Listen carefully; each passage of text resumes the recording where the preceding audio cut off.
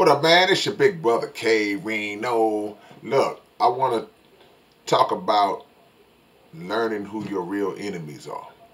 And y'all probably say, man, why would you be talking about enemies, man? I mean, yeah, because you can't really walk around, and we can't really walk around in a fantasy world feeling as though there are not forces out here that are seeking to destroy you in some form or fashion, whether slowly or quickly or somewhere in between. And the problem is that we don't actually always know who our enemies are, even if we acknowledge that we have them at all.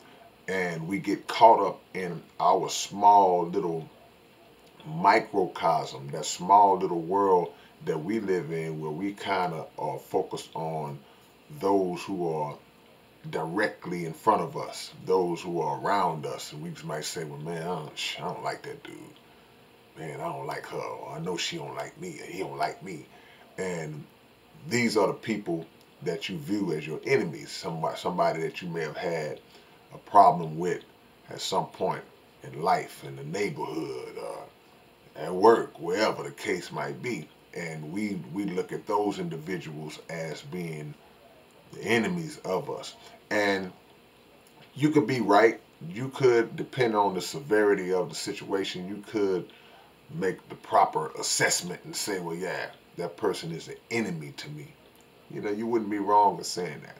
But I think that while we're focusing on that, we should also place focus on the bigger enemy, because there is a bigger enemy out here who is imposing his will on everybody.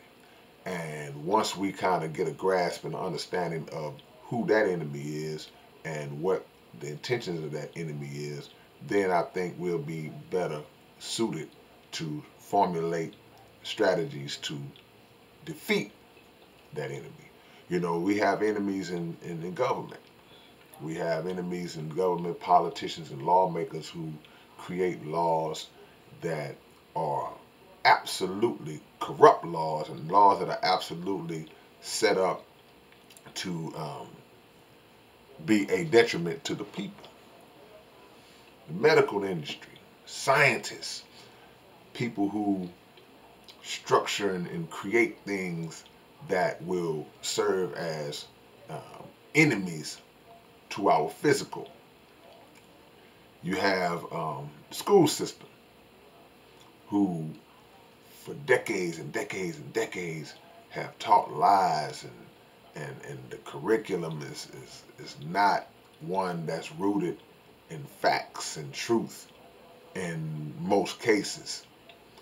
You have, unfortunately, and I gotta say this, you have the entertainment industry, because the entertainment industry is probably one of the biggest vehicles that's used to twist the minds of the youth up and twist the minds of the people up. And people say, well, man, how can that be counted as an enemy? It can absolutely be counted as an enemy, because with all the different agendas that are pushed and promoted through music and through television, these things become an enemy to our very nature, our very survival.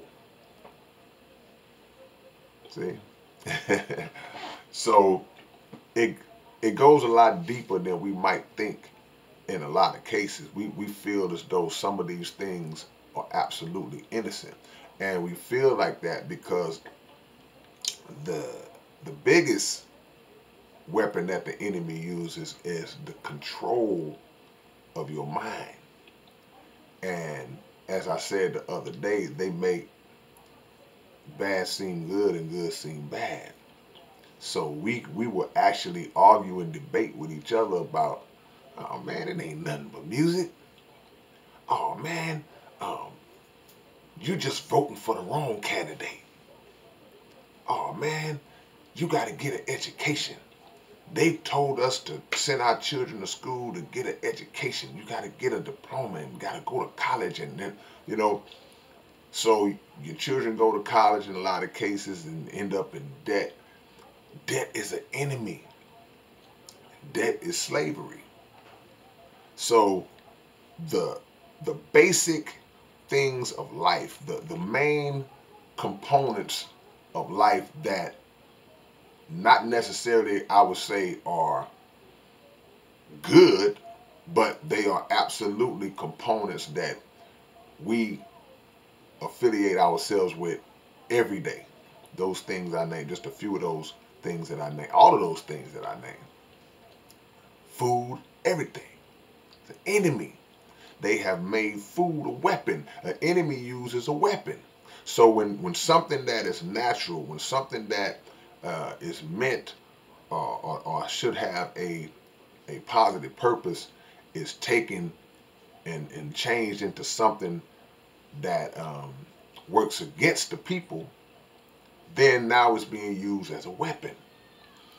And that's what an enemy does. He uses weapons against those who he views as his enemy. Now again, the problem, one of the biggest problems is that we don't believe in this stuff. We feel like, oh man, come on man, y'all talking crazy, man. You think that there are people sitting up just conspiring to do all this stuff and they ain't got nothing else better to do with their time. You think, yes, absolutely. Absolutely, man. Because the conditions prove it. The conditions bear witness to what's being done. And if you chalk it up to just being accidental, or a word we like to use a lot that doesn't exist, and that's coincidental, then we're not going deep enough into the study of these things. You see the slow removal of free speech, the slow removal of free speech, and the delicate, slight moves, the intricate moves to take away the ability to stand on your own principles and things of that nature, or else run the risk of being vilified in public, or being fired from a job, or you don't even have control over your own body anymore. Who does this but an enemy?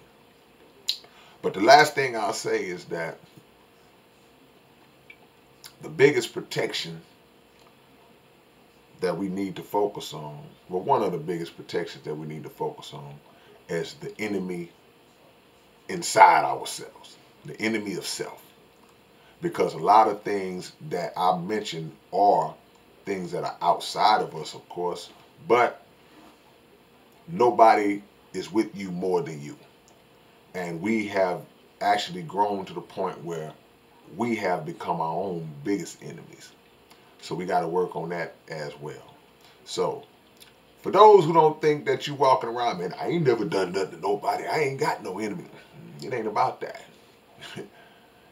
You have those that you can see and those that you can't see.